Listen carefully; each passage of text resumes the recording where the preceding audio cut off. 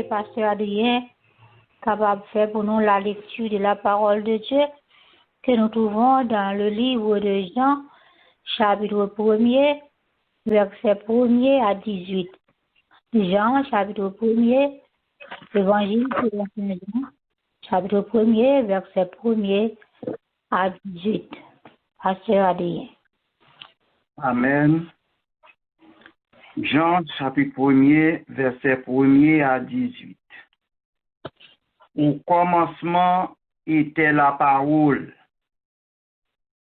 et la parole était avec Dieu, et la parole était Dieu. Elle était au commencement avec Dieu.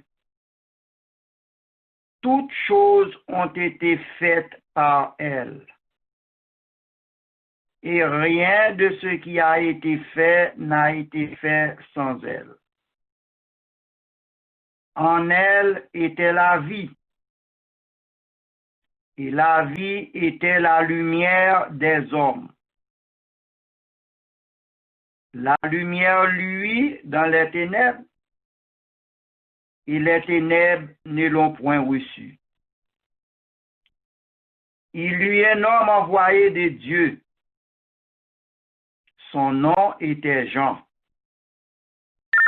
Il vint pour servir de témoin, pour rendre témoignage à la lumière, afin que tous croissent par lui. Il n'était pas la lumière, mais il parut pour rendre témoignage à la lumière. Cette lumière était la véritable lumière qui, en venant dans le monde, éclaire tout homme. Elle était dans le monde, et le monde a été fait par elle, et le monde ne l'a point connue. Elle est venue chez les siens, et les siens ne l'ont point reçue. Mais à tous ceux qui l'ont reçue, à ceux qui croient en son nom, elle a donné le pouvoir de devenir enfants de Dieu, lesquels sont nés. Non du sang, ni de la volonté de la chair, ni de la volonté de l'homme, mais de Dieu.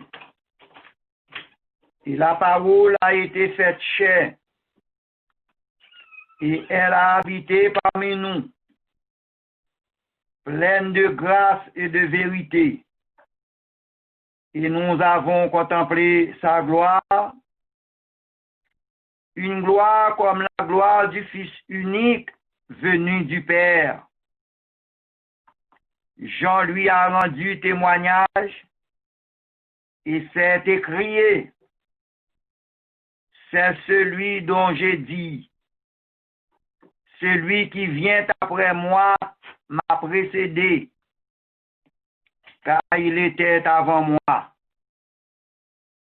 Et nous avons tous reçu de sa plénitude, et grâce pour grâce. Car la loi a été donnée par Moïse, la grâce et la vérité sont venues par Jésus-Christ.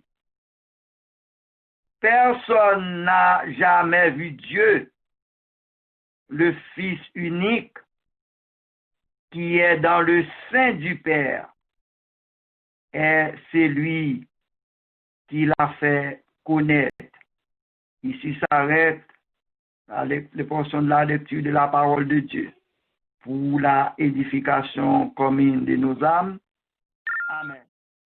Bien-aimés en Jésus-Christ, frères et sœurs dans la foi, nous remercions le Seigneur qui a accordé à chacun de nous encore une fois ce soir l'opportunité que nous sommes capables de retrouver nous ensemble à l'étude de sa parole. En effet, comme c'était promis, nous tu voulais commencer avec une nouvelle étude. Toutefois, nous rendons compte que nous vivons à l'heure de la technologie. Et cette technologie, mes frères et mes sœurs, l'y mettait à point des instruments de communication qui facilitaient la formation, qui facilitaient l'information, mais en même temps, les faciliter la désinformation qui pourrait provoquer ce que j'appellerais la déformation. Nous rendons compte que en pile monde servi avec cette nouvelle technologie pour détourner les faibles dans la foi, parce que yo a déversé, je dis bien, yo a déversé sur les réseaux sociaux leur propre doctrine. Il arrive que de nos jours, gagner de monde qui réclamait être serviteur du Seigneur et qui arrivait même à minimiser le christianisme. Mais espérez que nous prêtons attention, nous étendez ça m'a dit là, parce que dans certaines communications par WhatsApp, par vidéo ou bien sur YouTube, il y a des hommes qui se réclament serviteurs de Dieu et pourtant, ils arrivent au point de minimiser le christianisme par rapport aux autres religions. Ils disent que le christianisme est faible, le christianisme n'a que 2000 ans, le christianisme est petit par rapport aux religions anciennes. Donc, nous rendons compte que gagner de certaines informations cap tomber sur les réseaux sociaux, yo kab arriver à déformer les faibles sur le plan de la doctrine chrétienne. Ça portait, moi, mes frères et mes sœurs, à commencer une nouvelle étude avec vous, de telle sorte que nous autres, nous capables d'ancrer nous dans l'évangile. Dans l'évangile, de telle sorte que on n'y pas ébranlé foi nous en ce qui concerne notre Seigneur et Sauveur Jésus-Christ. En effet, de la création d'Adam au XXIe siècle, des milliards d'êtres humains ont vécu sur la surface de la Terre. Et nous reconnaître que de toutes les générations, de toutes les races et de toutes les classes, chacun, nos propres réflexions payo, t'a souhaité comprendre la complexité de l'homme. La complexité de l'homme. Et voulant connaître l'homme dans ses éléments constitutifs, l'homme fait des recherches à plusieurs niveaux. Et c'est ça qui pourra le détourner certaines, parce que ils ont fait des considérations sur la physique, sur la métaphysique. Il y a des hommes qui parlaient de corps physique et de notre corps que moi je n'aime pas souvent utiliser parce que je ne suis pas dans ce domaine. Mais nous-mêmes, en tant que serviteurs de Dieu, étudiants de la parole de Dieu, nous comprenons la complexité de l'homme en raison de la dichotomie selon certains théologiens et de la trichotomie selon d'autres écoles théologiques. Alors, dans le domaine de la dichotomie, comme nous t'ai déjà gagné possibilité de parler de ça dans l'une de nos études, nous connaissons que l'homme est formé du corps et de l'esprit. Donc, nous dit que l'homme, dans ses réflexions, il a cherché à comprendre la complexité des éléments de l'être humain. Il a cherché, deuxièmement, trouver l'explication satisfaisante au sujet de l'existence de l'homme. Ils arrivent à se poser ces questions. Comment l'homme a-t-il été créé? Pourquoi l'homme a-t-il été créé? En effet, nous autres serviteurs de Dieu, nous avons la Bible en main pour bien comprendre cela. Nous dit que l'homme, dans ses réflexions, littéralement saisit la destinée du corps mortel. Et là, prêtez attention nous parce que nous connaissons que l'homme formé est de la poussière de la terre. L'homme, tarémé connaît quelle est la destinée du corps mortel et la destinée de la partie immortelle de l'homme, qui c'est l'esprit. Donc, dans les recherches, certains diraient les recherches éperdues, la seule référence, mes frères et mes sœurs bien-aimés, la seule référence à proposer, c'est Dieu. Dieu, sa parole. Dieu qui pour nous aider à comprendre, Dieu qui pour nous aider à répondre à ces questions, s'est fait lui-même homme. Vendredi, samedi. Parce que, bon Dieu te connaît que l'homme prend le besoin fouiller, l'homme prend le besoin comprendre, l'homme prend le faire des recherches, alors Dieu lui-même, il s'est fait homme pour que aider nous à comprendre et répondre aux différentes questions que l'homme a posées tête-les. Et dans le cadre du christianisme éternel et universel, je dis ici quelque chose qui peut-être qu'a attiré attention nous, parce que m'a parlé du christianisme éternel que nous pas attendez souvent. Je parle du christianisme universel que nous pas attendez souvent. Je veux parler de l'évangile total. Et là, on y trouve réponse à toutes les questions qui remontent à la pensée de l'homme. Je parle du christianisme éternel. Car seul dans le christianisme, mes frères et mes sœurs bien-aimés, nous capables de référer nous premièrement à des prophéties messianiques. Tendez ça bien.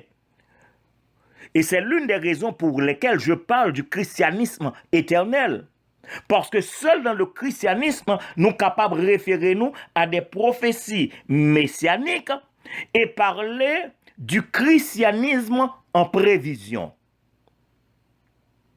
Là encore, c'est une expression que nous pas tendez souvent et ça peut-être sonne fort à l'oreille.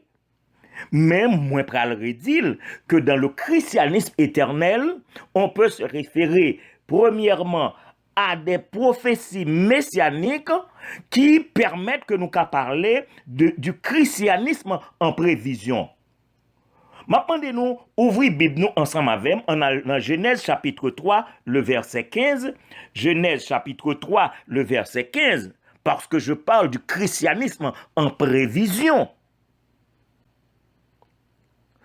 Là, il est écrit, et c'est l'Éternel qui parle, « Je mettrai inimitié entre toi. » Et maintenant, nous souligner, toi, nous songer à qui est-ce que l'Éternel s'adresse en premier.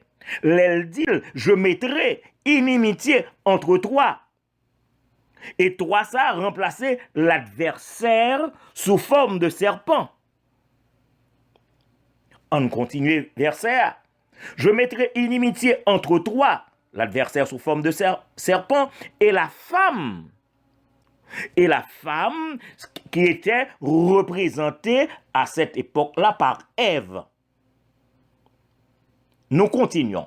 Entre ta postérité, la postérité de qui peut-être nous capables de demander? Cette postérité, d'où vient-elle? C'est la postérité, c'est les démons incarnés. Je dis bien démons incarnés. Parce que c'est pas tout le monde qui nous voit qui gagne forme humaine, la morphologie humaine que nous voit cap marcher dans la rue pour nous penser toutes ces mondes vrais. Ce sont des démons incarnés et qui gagnent mission par yo. Et, quand on retourne dans le texte là, je mettrai inimitié entre toi, l'adversaire sous forme de serpent, et la femme, représentée par Ève, entre ta postérité, parce que là, la question est forte. Quelle est cette postérité? Nous parlons des démons incarnés et sa postérité. La postérité de la femme. Donc, nous connaissons que comment Jésus-Christ est venu incarné, et en passant par Marie. Donc, là, cette postérité que nous joignons, cette deuxième postérité en Genèse 3,15, on y fait référence à Jésus-Christ, le Fils de Dieu. Mais là, on a le texte là encore, on a pas le que le dit, celle-ci, cette dernière postérité, à savoir Jésus-Christ, le Fils de Dieu, celle-ci, cette postérité, t'écrasera la tête. Donc, ça fait référence à la victoire de Jésus-Christ, la victoire remportée par Jésus-Christ à la croix.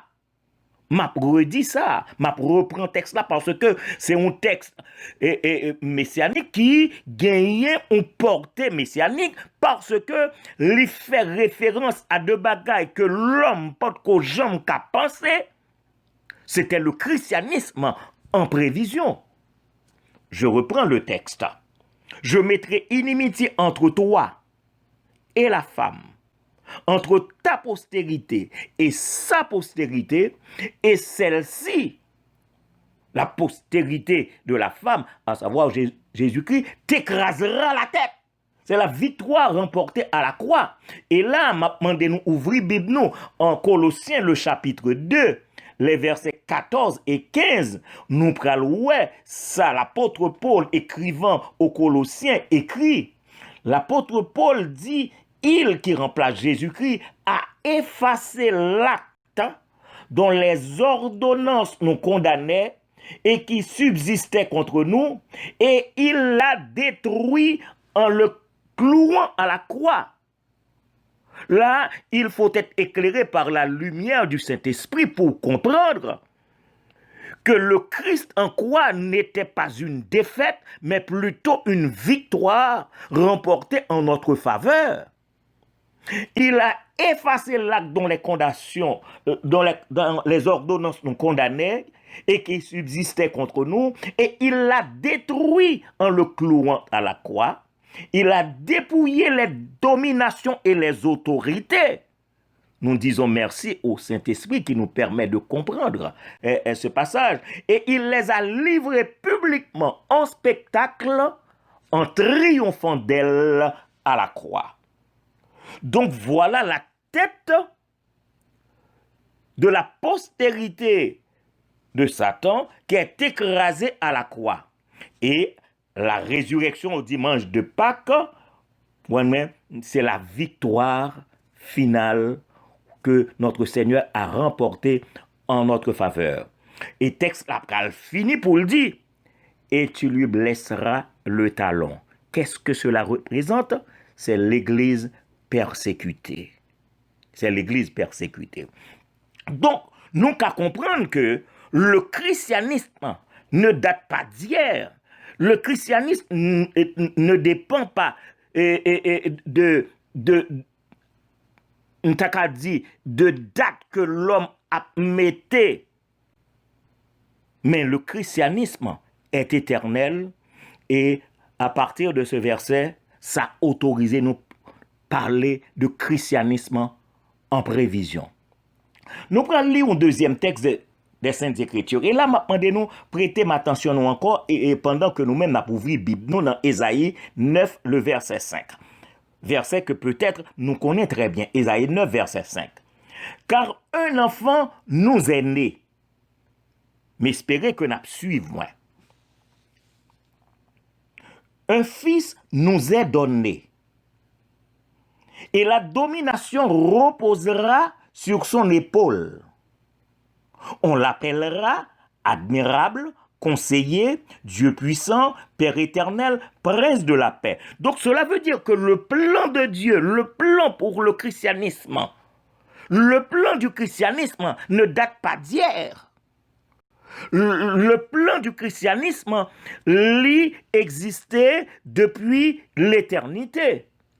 Parce que m'a venu avec un autre verset. Mais dans ce verset, Ésaïe 9,5, nous allons rendre compte qu'il y a dans ce passage le mélange, tendez ça bien, le mélange du passé composé et du futur simple. Retournez dans le texte là. Car un enfant nous est né. Imaginez-vous, c'est le passé composé ici. Un fils nous est donné, le passé composé. Et la domination reposera sur son épaule, c'est le futur. On l'appellera, c'est encore le futur. Comment lier le passé composé et le futur simple dans un seul verset? Qu'est-ce que cela veut dire?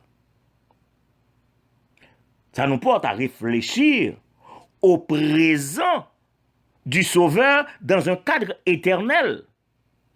Cela nous porte à réfléchir, je dis, si Dieu peut utiliser le passé en même temps que le futur, me reprendre, le passé en même temps que le futur, alors que le Fils n'était pas encore né, incarné. Cela veut dire que le christianisme a été prévu par Dieu. Le christianisme a été prévu par Dieu lui-même à la faveur de l'homme. Parce que l'homme lui-même, il est cloîtré dans le temps. L'homme est cloîtré dans le temps.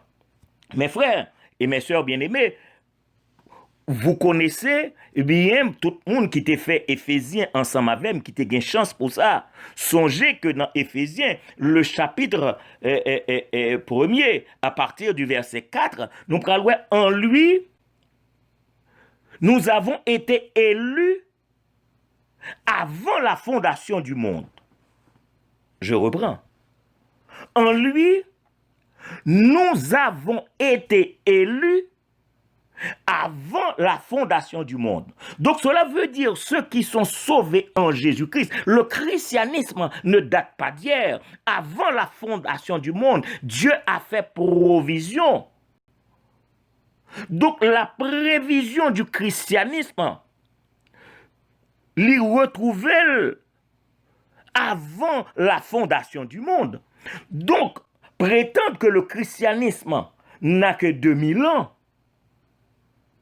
ça, c'est la réflexion humaine. Mais dans la pensée de Dieu, le christianisme est éternel.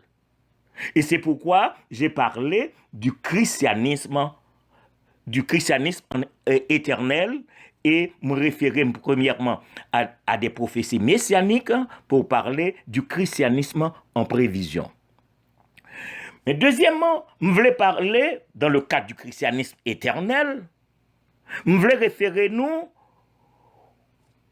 à la dispensation de la grâce, entendez bien, dans le cadre du christianisme éternel, voulons maintenant référer-nous à la dispensation de la grâce, et cette dispensation portait à parler du christianisme en action. C'est le deuxième point que nous avons besoin de nous retenir. Le christianisme en action, c'est la dispensation actuelle, le temps de la grâce, le temps de la nouvelle alliance, selon Luc 22, le verset 20. Et cette nouvelle alliance, elle commençait par le sang de Christ versé à la croix pour le pardon de nos péchés. Et cette dispensation de la grâce, le christianisme en action, l'Ipral prend fin avec l'enlèvement de l'Église, selon 1 Thessaloniciens, le chapitre 4, que m'espérer que nous connaissons. Donc, cette dispensation que nous relais, cette dispensation de la grâce que nous relais à juste titre, le christianisme en action, oui, lui-même, les perdurait depuis 2000 ans environ, et personne n'a qu'à dire qu'il est la prend fin, parce que, en ce qui concerne du jour ou de l'heure, personne ne le sait. Mais, bagaille que nous connaissons, c'est que la prend fin avec l'enlèvement de tous les croyants nés de nouveau, qui aller dans le ciel parce que Jésus fait nous promettre ça. C'est le christianisme en action. Donc, nous considérer avec nous, premièrement, le christianisme en prévision, en raison des prophéties messianiques, et nous parler deuxièmement, dans le cadre du christianisme éternel, nous parler deuxièmement du christianisme en action, notre époque actuelle, mais nous qu'à parler, dans ce même cadre du christianisme éternel, du christianisme en prospection. Christianisme en prospection, un rapport au futur, un rapport à l'éternité. Donc, ce christianisme en prospection, il y a une base biblique. Ce sont les promesses. Ils jouent une base dans les promesses du Seigneur et dans les provisions. Je pourrais parler de promesses et provisions orientées vers et dans l'éternité.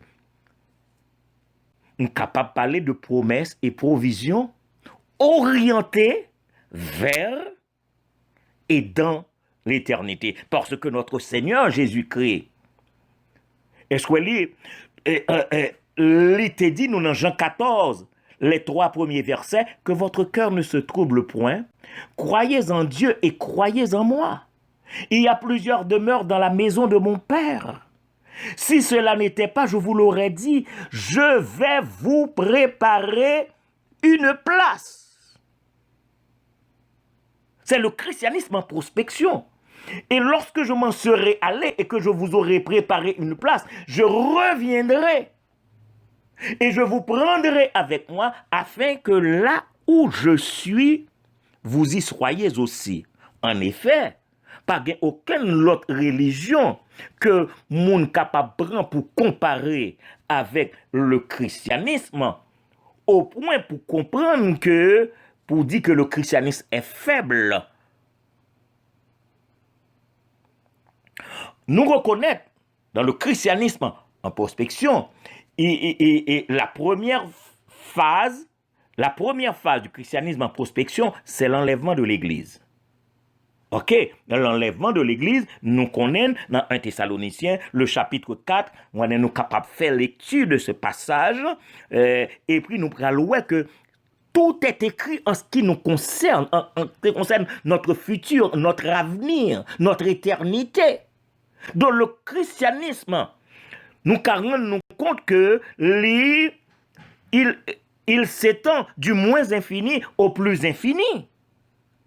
La deuxième phase du christianisme en prospection, c'est le retour. Parce que après l'enlèvement de l'Église, je dis bien après la première phase, après la deuxième phase, c'est le retour avec les saints pour l'établissement du royaume millénaire de Christ qui durera 1000 années, temps au cours duquel le Christ lui-même règnera sur la terre. On a une référence là. Zacharie 14, le verset 5. Et la troisième phase du christianisme en prospection, c'est l'établissement de nouveaux cieux et une nouvelle terre. Nous joignons toute la description, mes frères et mes sœurs bien-aimés, dans le livre de l'Apocalypse, les chapitres 21 et 22. Donc, je parle du christianisme éternel. L'homme fait religion par eux, mais cependant, le christianisme existait avant la fondation du monde. Donc, pour bien comprendre le christianisme, il faut étudier le christianisme en prévision, le christianisme en action et le christianisme en prospection. Mais si nous t'avons prêté attention, nous t'avons que me parler également du christianisme universel. Parce que seul dans le christianisme, en tout temps et en tout lieu, après dire, en tout temps et en tout lieu, de toutes les races, de toutes les classes, de toutes les générations, il y a rapport de l'homme à l'être suprême. Parce que, en parlant de religion, nous voyons que la religion reliait l'homme à Dieu. Mais dans le cadre du christianisme, et là, prêtez attention nous, le christianisme dépasse la religion. Vendredi, samedi là. Le christianisme dépasse le cadre de la religion pour se développer dans un cadre intime de relation. Besoin de nous souligner le terme que j'utilise maintenant. Relation entre père et fils dans un cadre de fraternité entre le Seigneur et le racheté. Je vais reprendre samedi là. Toute religion reliait l'homme à une divinité. Mais le christianisme, il dépassait le cadre de la religion. Parce que nous, autres chrétiens, nous avons relation avec Dieu en tant que Père. C'est une nouvelle dimension. Le christianisme dépasse la religion parce que lui-même, il arrive dans un cadre de relation entre Dieu qui est notre Père en Jésus-Christ. Et nous venons une relation de fraternité avec Jésus-Christ, le Fils unique de Dieu. Nous rendons compte. Le christianisme n'est pas une religion comme les autres. Ceci étant dit, je vais aller beaucoup plus loin avec nous parce que c'est une introduction à l'étude que nous voulons partager ensemble. Et là, ça va le conduire à la philosophie et la science. Parce que les lois repères de la philosophie et la science, ils sont appliqués également à la théologie. Je dis à la théologie en tant que science.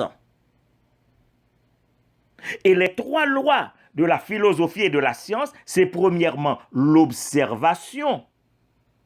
L'observation. Et regardez, nous-mêmes, dans le cadre des études théologiques, il y a observation. C'est l'observation faite dans la nature. Observation faite dans la nature et qui conforme à la lettre. tendez ça bien, observation faite dans la nature et qui conforme à la lettre des Saintes Écritures.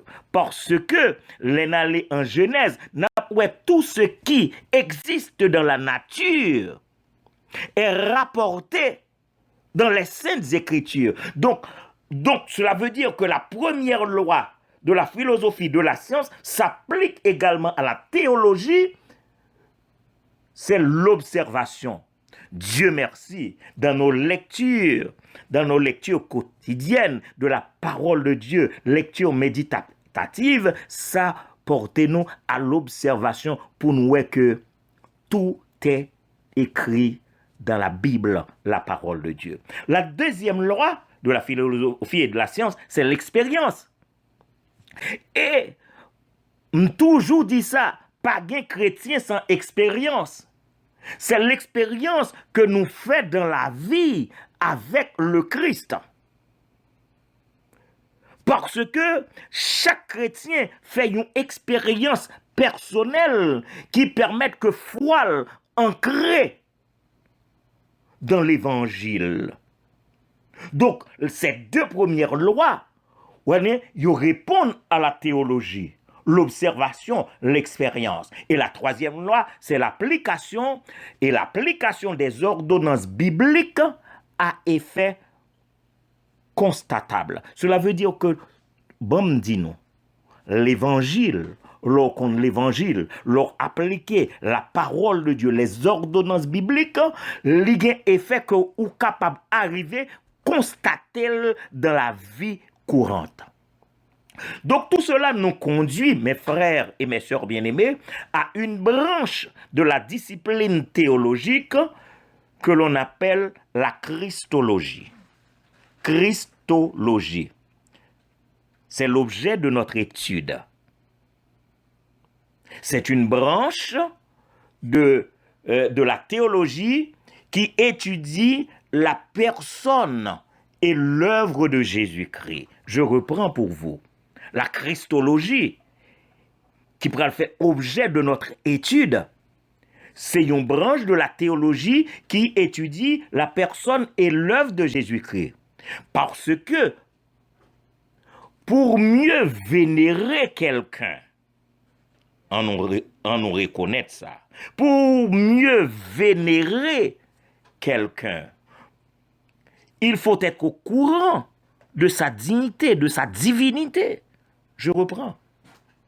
Pour mieux adorer Dieu, pour mieux vénérer Dieu, pour avoir de la révérence pour Dieu, il faut être au courant de sa divinité, de sa dignité en tant que Dieu. Donc, ceci nous emmène, mes frères et mes sœurs, à vous dire deuxièmement que pour mieux servir quelqu'un,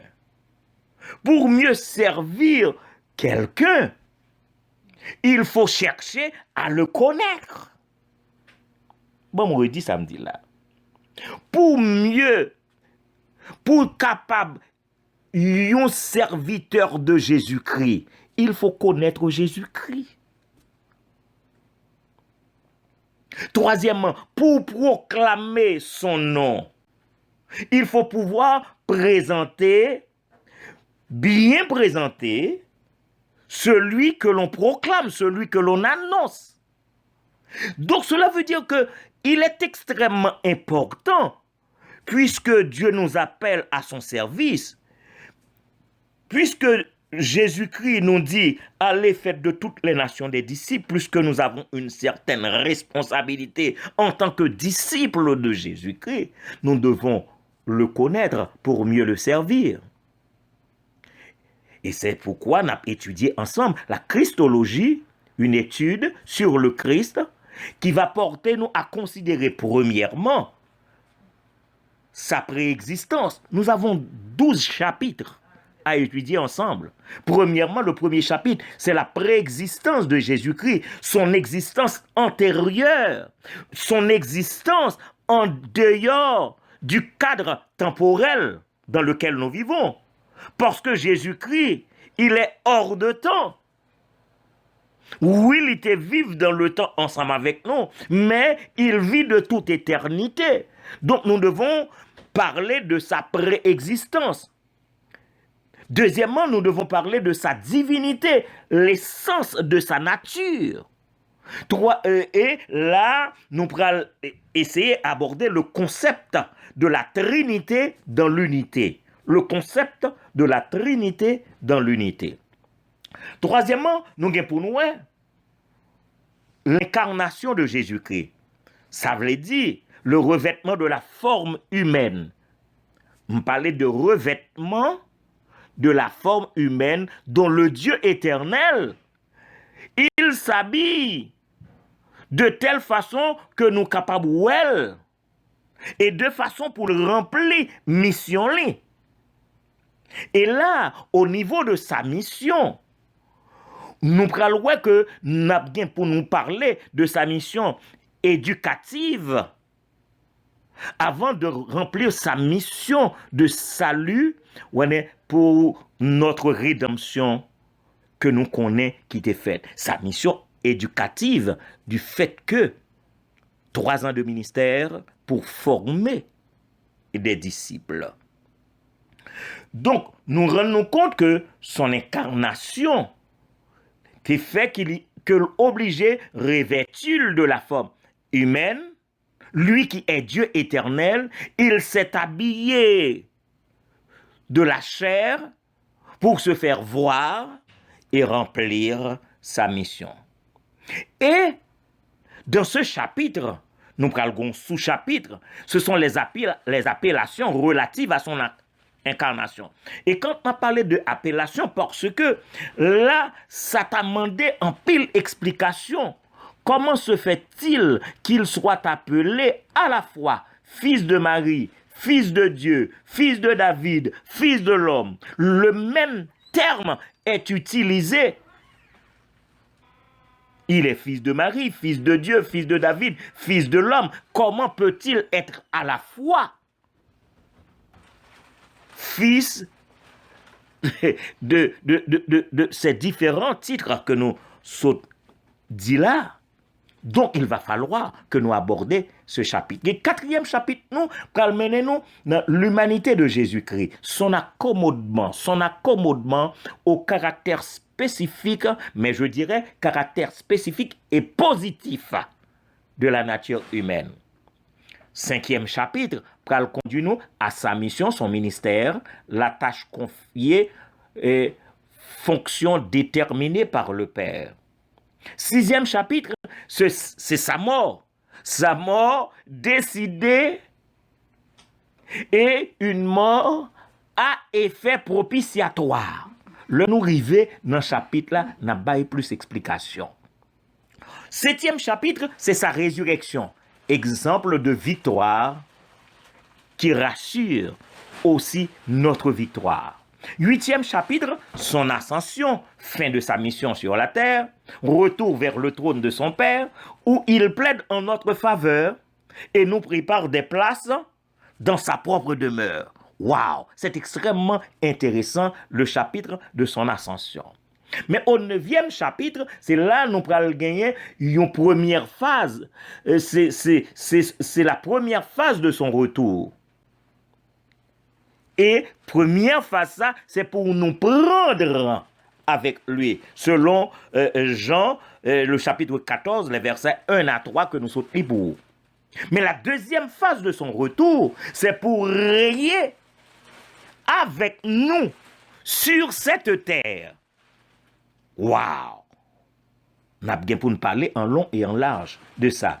Et ce sera le règne millénaire, le 11e chapitre, un chapitre qui est très long, que nous, peut-être, n'a fait longtemps la donne pour nous expliquer le règne millénaire de Christ sur la terre, la durée de son mandat parmi les hommes, parce que nous connaissons que les mandats des gouvernements ici, c'est 4-5 ans, on est à vie pour les dictateurs, mais imaginez un règne millénaire, le mandat de notre Seigneur pour ce règne millénaire sur cette terre. Et là, ça nous pourra demander pour qui ça lui obligé de retourner pour établir un gouvernement, une royauté sur la terre. C'est pour démontrer comment il fallait gérer. Tout le monde qui a géré mal la terre que mon Dieu mettait à notre disposition, qui chambarde la terre. Donc, le règne millénaire pour le montrer comment gouverner. En effet, dernier chapitre que nous avons abordé, c'est le chapitre de l'éternité, parce qu'il y aura établissement de nouveaux cieux et une nouvelle terre, après que notre Seigneur Jésus-Christ prend défaite Satan et ses acolytes lors de la bataille d'Armageddon. Donc cela veut dire que nous sommes entrés dans une étude extrêmement profonde, car il nous faut connaître Christ pour mieux le servir, pour mieux le proclamer. Donc cette étude se base sur sur la personne et l'œuvre de Jésus-Christ, du moins infini au plus infini de l'éternité. Moi-même dit ça, du moins infini au plus infini de l'éternité. Donc nous avons à partir de canvas que nous pourrons traiter premièrement de Jésus et son rapport avec Dieu dans sa fonction de Père, de Jésus et de son rapport au Saint-Esprit dans ses fonctions de guide, de consolateur et de conseiller, de Jésus et de son rapport avec les hommes en tant que nous autres êtres humains, en tant que summum de la création. Et on pourra le terminer pour ce soir. Mais m'a posé question que l'homme aimait poser sous Jésus. Ce Jésus, qui donc est-il? Ce Jésus, qui donc est-il? Et chaque humain dans sa sphère d'action, est capable de bien identifier à travers les pages du Saint-Livre. Moi, je dis que chaque humain dans sa sphère d'action. Et nous allons rendre compte que l'architecte peut le reconnaître en tant que la pierre angulaire. Parce que l'architecte, il a fait tout dessin que l'a fait, mais il fallait poser la première pierre. Et la première pierre, la Bible nous en parle, de la pierre angulaire. Psaume 118, le verset 22. La pierre qu'ont rejeté ceux qui bâtissaient est devenue la principale de langue. 1 Pierre 2, 6, car il est dit dans l'Écriture, voici je mets en Sion une pierre angulaire, choisie, précieuse, et celui qui croit en elle ne sera point confus. Comment parlez-nous de l'homme, chacun dans sa sphère d'action? On nous prend l'astronaute dans sa sphère d'action. Il peut reconnaître Jésus comme étant le soleil de la justice. Malachie 4, le verset 2. L'astronaute peut reconnaître Jésus comme étant l'étoile brillante du matin. Parce que, que nous prenons chaque homme, chaque chrétien dans sa sphère d'action. Le boulanger peut le reconnaître comme étant le pain de vie. Le pain de vie. Jean 6, le verset 35, le banquier. Le banquier peut le reconnaître comme la cave des trésors. Matthieu 13, 44. Le charpentier qui remet servi à bois. Il peut reconnaître Jésus comme étant la porte.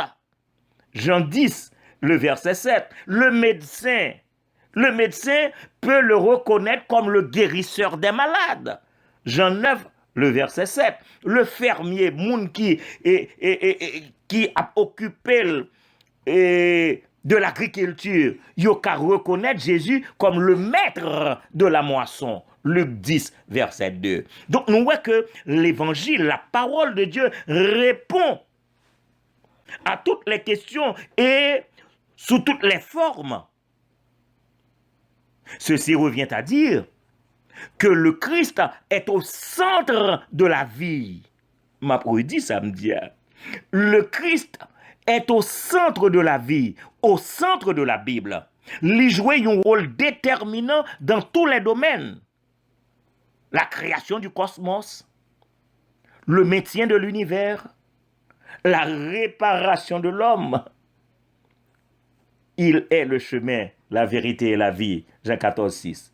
Donc, nous pourrons gagner dans la prochaine étude la possibilité d'aborder pour notre édification le premier chapitre que nous dit qui c'est la préexistence de Jésus-Christ. En attendant que le Seigneur permette que nous rencontrions encore et partager sa parole, puisse le Dieu Tout-Puissant vous bénir et vous garder.